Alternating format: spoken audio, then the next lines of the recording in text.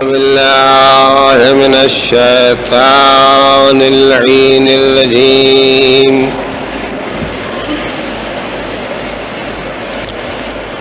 بسم الله الرحمن الرحيم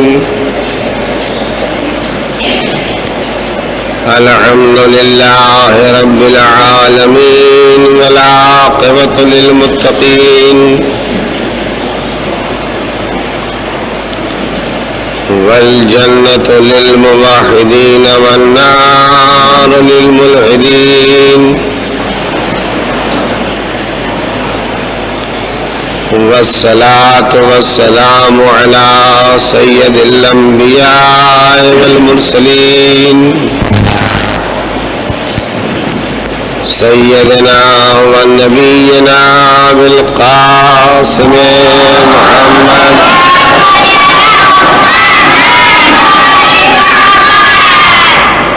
وآله الطيبين الطاهرين المعصومين واللعنة الدائمة على قاتليهم وغاصبي حقوقهم وعدائهم إلى يوم الدين. أما بعد فقد قال علي عليه السلام العقل ما عبد به الرحمن صلوات محمد وآله.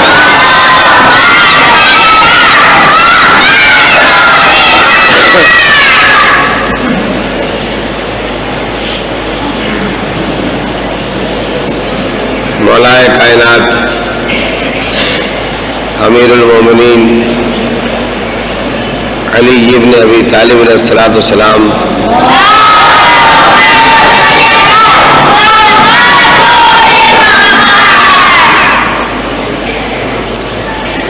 کے اس ارشاد کی میں روزانہ آپ کے سامنے تلاوت کرتا ہوں، جس میں آپ نے بتایا ہے کہ صرف وہ سمجھ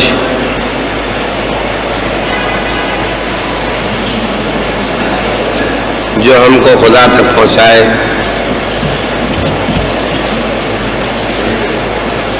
اور اس کا عبادت کرنے والا بنائے،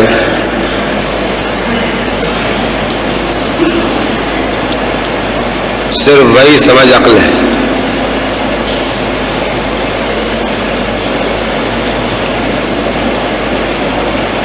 کل میں نے آپ کے سامنے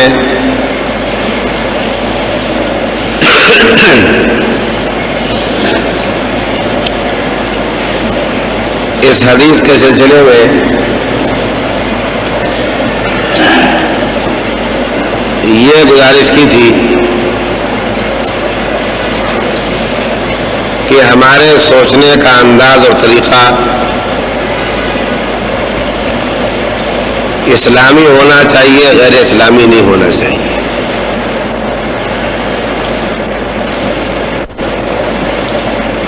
عقیدہ ہو یا عمل، کوئی چیز ماننا ہو یا کوئی چیز کرنا ہو،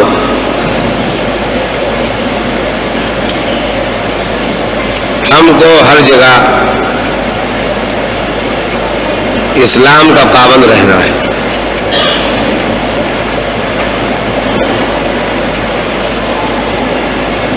بالکل اسی طرح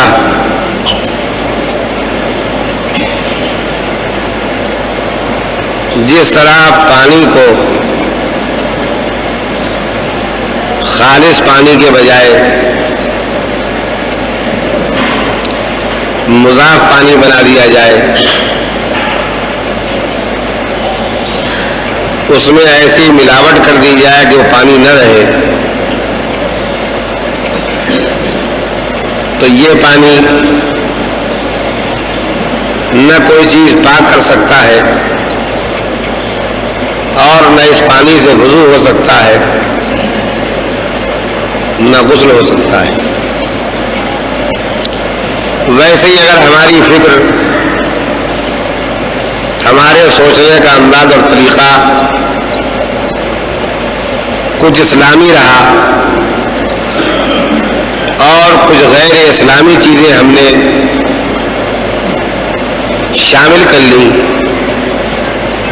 تو ہمارا اسلام بھی خالص اسلام نہیں رہے گا، بلکہ مضاف اسلام بن جائے گا۔ جیسے طہارت اور وضو اور غسل یہ خالص پانی سے ہو سکتے ہیں، مضاف پانی سے نہیں ہو سکتے ہیں، ویسے دل اور دماغ کی طہارت اور پاکیزگی، انسان کے عقیدے اور عمل کی پاکیزگی، کردار اور کیریکٹر کی پاکیزگی، یہ بھی اس وقت تک ممکن نہیں ہے جب تک کہ ہماری فکر بالکل خالص اسلامی نہ ہو۔ میں نے کل کچھ باتیں آپ کے سامنے کہی ہیں اور میرے خیال میں کچھ ضروری باتیں ابھی باقی ہیں جنہیں میں آج آپ کے سامنے کہنا چاہتا ہوں، لیکن آگے چل کے مجھے جتنی بھی باتیں آپ کے سامنے کہنا ہے ان میں سے کسی ایک بات کے بھی کہنے سے پہلے میں ایک بڑی بنیادی اور ضروری بات کہنا چاہتا ہوں، وہ یہ کہ ہمیں پہلے یہ سمجھ لینا چاہیے کہ ہم مسلمان ہیں یعنی خدا کو مانتے ہیں، ہم مسلمان ہیں یعنی خدا کے ماننے کی بنا پر خدا کے بھیجے ہوئے رسول جناب محمد مصطفیٰ صلی اللہ علیہ وسلم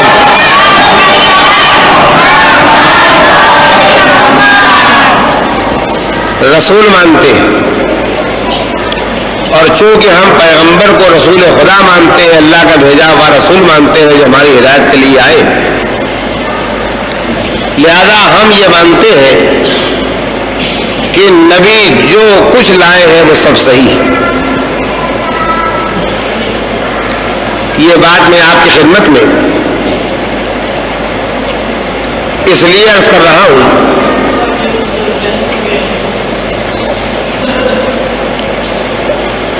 کہ ہمارے سوچنے اور سمجھنے کا انداز خالص اسلامی ہے یا نہیں، اس کا معیار، اس کی پرکھ اور اس کی پہچان یہی ہے کہ ہم یہ حساب کر کے دیکھیں کہ ہم جو کچھ مان رہے ہیں، ہم جو کچھ کہہ رہے ہیں،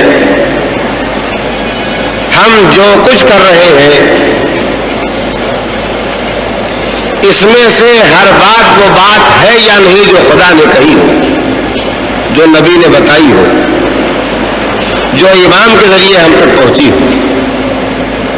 اگر ہم کوئی ایسی بات کہہ رہے ہیں، کوئی ایسی بات مان رہے ہیں، کوئی ایسی بات کر رہے ہیں جو خدا نے نہیں کہی ہے، نبی نے نہیں کہی ہے، امام نے نہیں کہی ہے، تو اس کے معنی یہ ہے کہ نہ ہمارے سوچنے کا انداز خالص اسلامی ہے، نہ ہمارے بولنے کا انداز خالص اسلامی ہے، اور نہ ہماری زندگی خالص اسلامی زندگی ہے۔ میں جو بات آپ کے سامنے کہنا چاہتا ہوں اسے آپ قرآن مجید کی سایہ کریمہ کی روشنی میں سمجھ سکتے ہیں اور یاد رکھ سکتے ہیں کہ اللہ نے ہم سے کہا ما آتاکم الرسول فخذوہ، جو کچھ تم کو نبی دے دے وہ لے لو، وما نہاکم عنہ فانتہوا، اور تم کو نبی جس بات سے روک دے اس سے رک جاؤ۔ یعنی میں دوسرے لفظوں میں یہ عرض کرنا چاہتا ہوں کہ ہماری فکر اسلامی ہے یا نہیں، ہماری چال ڈھال اسلامی ہے یا نہیں،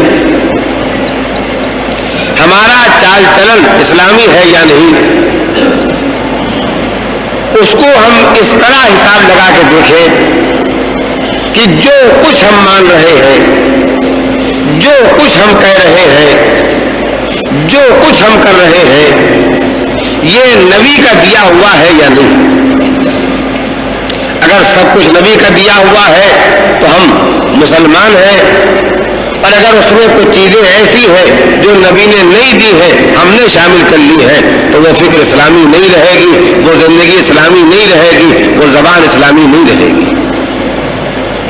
تو میں اس ضروری اور بنیادی بات کے کرنے کے بعد اسی بات کو دوبارہ پھر ایک نئے جملے میں کہنا چاہتا ہوں، تاکہ میری بیٹیوں کے لیے، میرے بچوں کے لیے بات کا سمجھنا اور بات کا یاد رکھنا آسان ہو جائے۔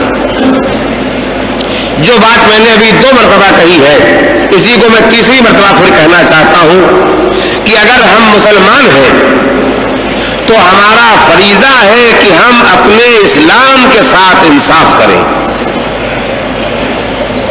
اسلام کے ساتھ انصاف یہی ہے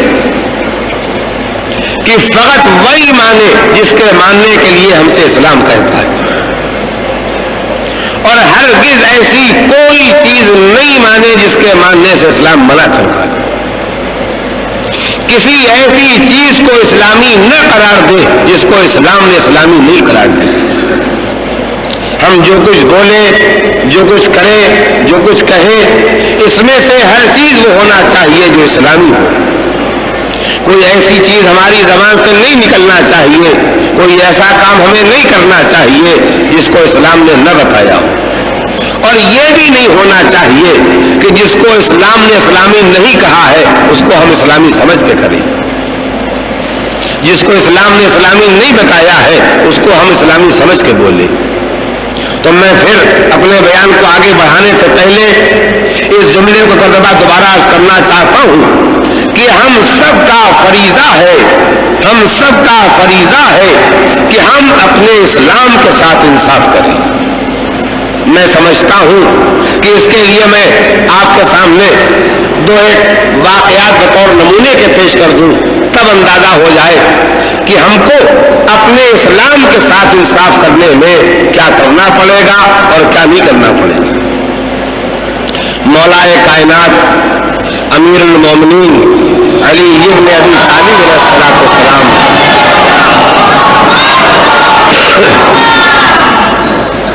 کے ایک چاہنے والے، بے حد چاہنے والے صحابی جن کا نام ہے عدی ابن حاتم، کیسے انصاف کیا جاتا ہے اس کے لیے نمونے کے طور پر واقعہ سنیں۔ عدی ابن حاتم اس حاتم طائی کے بیٹے ہیں جسے سبھی جانتے ہیں، کل والے جانتے تھے حاتم طائی کو اس کی ثقافت کی بنا پر، اور آج والے کو جانتے ہیں، اس کی وجہ آپ مجھ سے بہتر جانتے ہیں۔ اگر تاریخ میں نام ہوتا حاتم طائی کا کوئی نہ جانتا، یہ نام دیواروں پر آ گیا، فلم کے پردے پر آ گیا تو آج سب کو یاد ہے۔ بہرحال مشہور ثقافت کرنے والا عرب کا انسان جس کا نام حاتم طائی تھا، اس حاتم کے بیٹے ہیں عدی ابن حاتم۔ عدی ابن حاتم مولا کائنات کی ساری زندگی ان کے ساتھ رہے، ہر لڑائی میں شریک رہے مولا کے ساتھ، یہاں تک کہ عدی کے سارے بیٹے علی کی مدد میں قتل ہو گئے۔ علی دنیا سے گزر گئے، شہید ہو گئے، عدی زندہ رہ گئے۔ عدی ابن حاتم اس وقت تک زندہ رہ گئے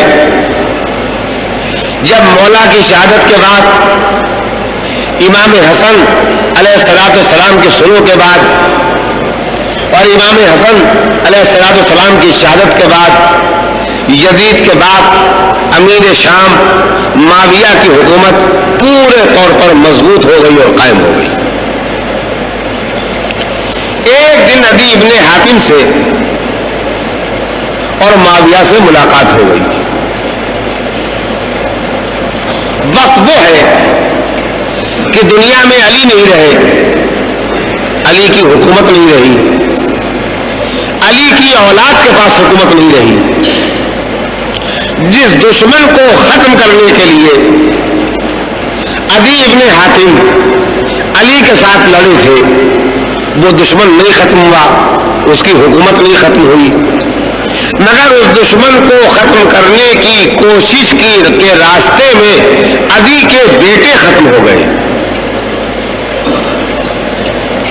اب آپ اس واقعے کو سنیں اور اس پس منظر اور بیک گراؤنڈ کو سامنے رکھیں جو میں نے آپ کے سامنے پیش کیا ہے. امیر شام نے، یزید کے باپ نے عدی ابن حاتم سے کہا، عدی بوڑھے ہو، کمزور ہو، تم کو سہارے کی ضرورت ہے، تو تم اکیلے گھر سے کیوں نکلتے ہو؟ سب جانتا ہے، مگر وہ بات کرنا چاہتا ہے جو تیر بن کے کلیجے پر لگے. کہ جب بوڑھے ہو، اکیلے ہو، سہارے کی ضرورت ہے، تو گھر سے اکیلے کیوں نکلتے ہو؟ اپنے ساتھ اپنے بیٹے لے لیا کرو. یہ گویا کہ یاد دلا رہا ہے کہ تم نے مجھ سے لڑ کے علی کی حمایت میں اپنے بیٹوں کو قتل کرا دیا، آج تم اکیلے گھوم رہے ہو. عدی ابن حاتم نے برجستہ کہا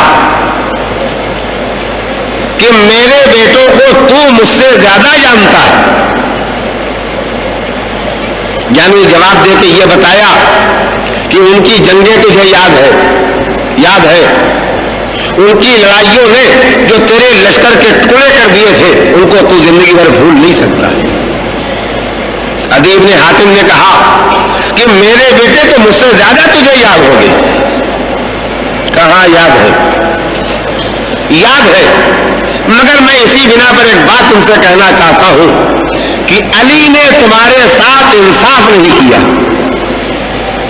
میں رکوں گا اور آپ کو یاد دلاؤں گا کہ میں آج جو باتیں کہنے جا رہا ہوں ان کی بنیاد یہ ہے کہ ہم کو اپنے اسلام کے ساتھ انصاف کرنا چاہیے.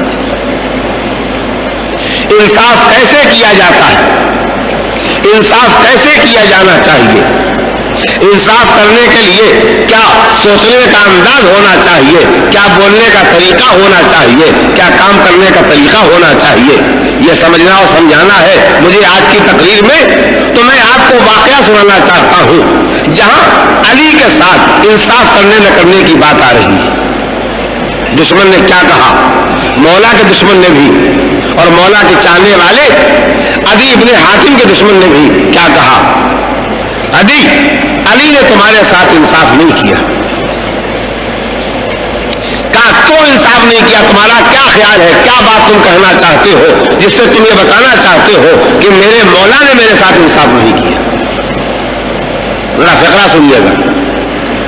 یہ وہی عقل ہے جس کے لیے میں آپ کی خدمت میں مولا کا فقرہ روزانہ اکثر بیشتر سناتا رہا ہوں کہ جب مولا نے کہا تھا عقل و سمجھ کا نام ہے جو خدا کی عبادت کرائے، تو لوگوں نے پوچھا تھا یہ آپ کے دشمن امیر شام کے پاس جو عقل ہے یہ کون سی عقل ہے؟ کہا یہ وہ چالاکی ہے جو برائی کو پھیلانے میں استعمال ہوتی ہے، یہ وہ سمجھ ہے جو شیطان کے لیے راہوں کو ہموار کرتی ہے. اب اس سمجھ کو جو علی کے دشمن کے پاس ہے، جو شیطنت ہے، جو نکرا ہے، اسے آپ سنیں. کہا علی نے تمہارے ساتھ انصاف نہیں کیا. میں نے جلدی نہیں سنایا آپ کو تاکہ انصاف کرنے نہ کرنے کے موضوع پر ہر سننے والے کا ذہن متوجہ ہو جائے اور سوچنے لگے. کیا انصاف نہیں کیا؟ کہا یہ انصاف نہیں کیا کہ علی کے بیٹے حسین و حسن زندہ رہ گئے اور تمہارے بیٹے علی نے میدان میں قتل کروا دیے، تو اپنے بیٹوں کو بچا لیا اور تمہارے بیٹوں کو قتل کرا دیا، تو علی نے تمہارے ساتھ انصاف نہیں کیا. یعنی گویا کہ یہ سمجھانا چاہتا ہے کہ علی کا انصاف یہ تھا کہ تمہارے بیٹے بچ جاتے، ان کے بیٹے نہ بچتے. علی نے کیا جواب دیا ہے؟ علی نے جو جواب دیا ہے وہ مولا کے ماننے والا جب مولا کو مانتا ہے اور ان کو مان کے ان کے ماننے کے ساتھ انصاف کرنا چاہتا ہے تو وہ یہی جواب دے سکتا ہے جو علی نے جواب دیا. کہا تیرے سوچنے کا انداز غلط ہے, تو نے غلط سوچا ہے. یہ تیرا کہنا بالکل غلط ہے کہ میرے مولا نے میرے ساتھ انصاف نہیں کیا, بلکہ سچی بات یہ ہے کہ میں نے اپنے مولا کے ساتھ انصاف نہیں کیا. دشمن ہو کے بھی وہ سوچنے لگا, دشمن ہو کے بھی سوچنے لگا کہ ابھی تو میں نے بڑی مشکل سے ایک بات پیدا کی تھی کہ حسین حسن زندہ رہ گئے, ابھی تمہارے بیٹے قتل ہو گئے, شہید ہو گئے, تو علی نے اپنے بیٹوں کو بچا لیا, تمہارے بیٹوں کو قتل کروا دیا, لہذا علی نے تمہارے ساتھ انصاف نہیں کیا. مگر علی نے کہا تو غلط کہتا ہے, میرے مولا میرے ساتھ انصاف نہیں کرے یہ تو ممکن نہیں ہے, بلکہ سچی بات یہ ہے کہ میں نے علی کے ساتھ انصاف نہیں کیا. دشمن مجبور ہو گیا علی کی بات سننے پر, دشمن مجبور ہو گیا علی کی بات سوچنے پر. جب وہ متوجہ تھا تو علی نے کہا سچی بات یہ ہے کہ میرا مولا شہید ہو گیا اور میں ابھی تک زندہ بیٹھا ہوں, تو میں نے علی کے ساتھ کہا انصاف. انصاف تو یہی تھا کہ مولا سے پہلے میں شہید ہو گیا ہوں. تو میں آپ کی خدمت میں اس واقعے کو کیوں پیش کرنا چاہتا ہوں؟ اس واقعے کو اس لیے پیش کرنا چاہتا ہوں کہ جب ایک آدمی علی کو اپنا مولا مانتا ہے تو پھر علی کے کسی کام کو غلط مان ہی نہیں سکتا ہے. جب علی کو اپنا امام مانتا ہے تو علی کے بارے میں یہ سوچ ہی نہیں سکتا ہے کہ انہوں نے کمی کی ہے, انہوں نے انصاف نہیں کیا ہے, انہوں نے حق ادا نہیں کیا ہے. جو علی کو مانتا ہے وہ اگر علی کو مانتا ہے اور علی کو ماننے کے ساتھ اپنے اس ماننے کے ساتھ انصاف کرنا چاہتا ہے تو اس کو ہر جگہ پر یہی طے کرنا پڑے گا کمی مولا سے نہیں ہو سکتی ہے, کمی ہوئی ہے تو مجھ سے ہوئی. عدی ابن حاتم نے جب کہا کہ میں نے انصاف نہیں کیا کہ میرا مولا شہید ہو گیا اور میں زندہ ہوں, تو انہوں نے یہ بتایا کہ میں علی کو امام مانتا ہوں تو ان کے امام ماننے کے ساتھ انصاف کر رہا ہوں, اور انصاف یہی ہے کہ میری کمی ہے کہ میں زندہ رہ گیا اور مولا شہید ہو. اب آپ نے پہچانا کہ انصاف کسی عقیدے کے ساتھ کیسے کیا جاتا ہے, کسی کردار کے ساتھ کیسے کیا جاتا ہے, کسی کیریکٹر کے ساتھ کیسے کیا جاتا ہے, سوچنے میں انصاف کیسے کیا جاتا ہے, بولنے میں انصاف کیسے کیا جاتا ہے, عمل کرنے میں انصاف کیسے کیا جاتا ہے. میں اسی بات کو اور مزید مستحکم کرنے کے لیے کہ کسی بچے کے ذہن میں, کسی بیٹی کے ذہن میں شبہ نہ رہ جائے کہ اسلام کے ساتھ ہم انصاف کرتے ہیں یا نہیں کرتے ہیں, اس بات کو سمجھنے میں, اس بات کو حساب کرنے میں ہمارے پاس بالکل صاف ذہن رہے. میں دو واقعے آپ کو اور سنانا چاہتا ہوں جن میں سے کوئی واقعہ ایسا نہیں ہوگا جو آپ کے لیے نیا اور اجنبی ہو اور سنا ہوا نہ ہو. ایک واقعہ جو آپ نے ہر ذاکر کی زبان سے سنا کہ امام زین العابدین علیہ الصلوۃ والسلام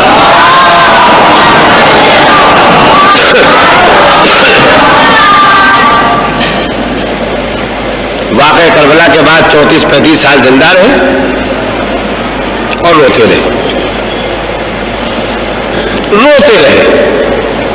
بے حد روتے تھے. یہاں تک ایک آدمی نے ایک دن مولا سے بربنائے محبت کہا کہ مولا کتنا روئیے گا, کب تک روئیے گا, کہاں تک روئیے گا.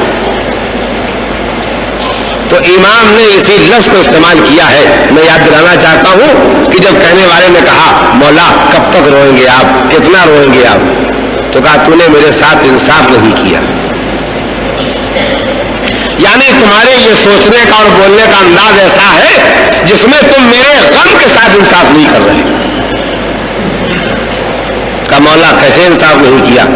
کہا یہ بتاؤ زندہ یوسف پر یعقوب کتنا روئے.